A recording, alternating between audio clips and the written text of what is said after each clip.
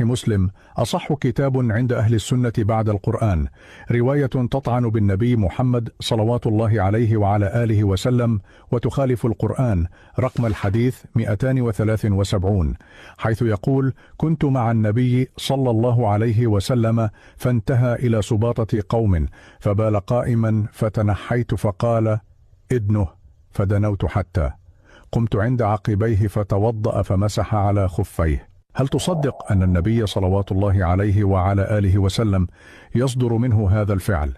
يبول أمام شخص واقف وأمام الناس المارة على الزبالة، والله جل جلاله يصفه ويقول: بسم الله الرحمن الرحيم وإنك لعلى خلق عظيم. هل تصدق أن من يملك هذا الخلق العظيم يصدر منه هذا الفعل السيء؟ هذا يدل على أن هذه الكتب ما جاءت إلا للطعن بالنبي صلوات الله عليه وعلى آله وسلم.